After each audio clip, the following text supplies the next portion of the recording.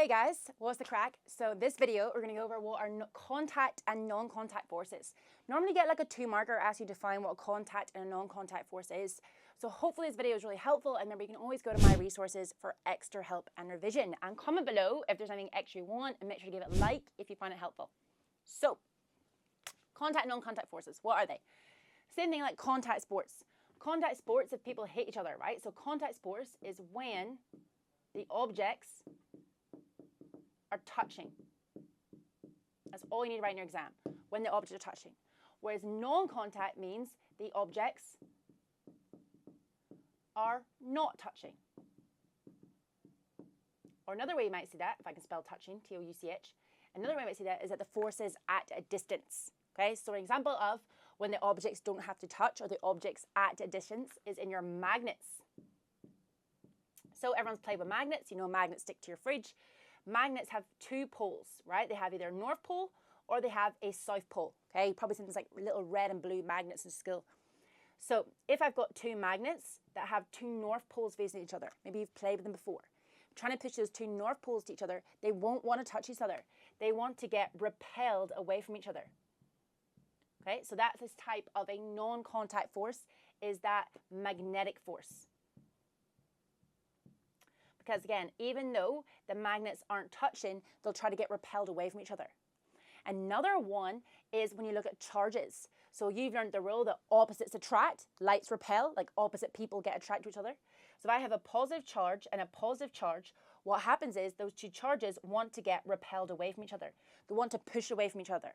Or if I have a positive charge and negative charge, even though they're not touching, they'll want to get attracted towards each other.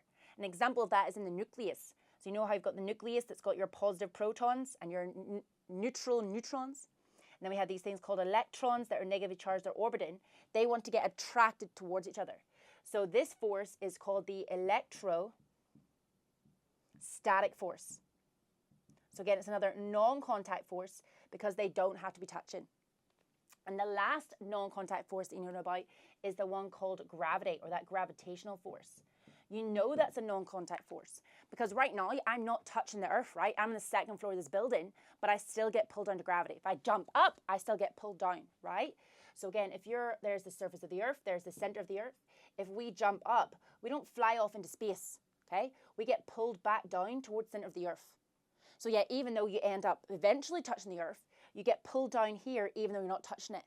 Or let's imagine someone's in an airplane and they do a parachute, they jump out of the airplane.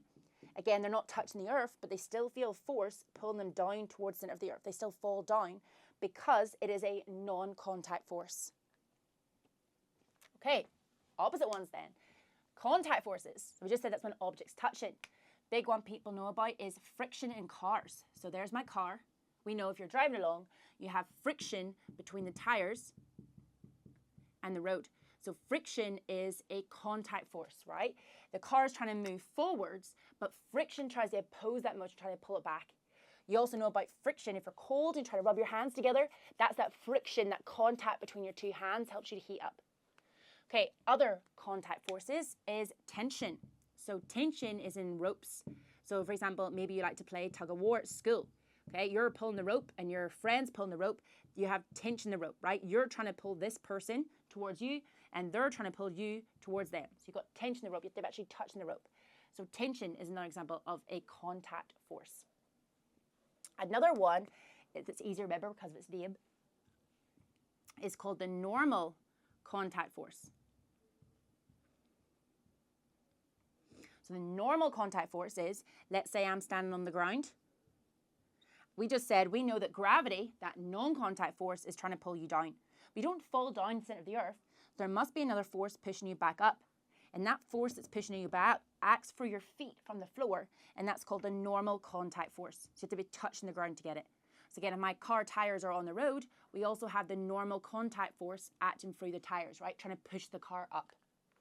Okay, so the normal contact force, tension and friction, again, are all forces that actually require the objects to be touching. And then the last big important one is air resistance.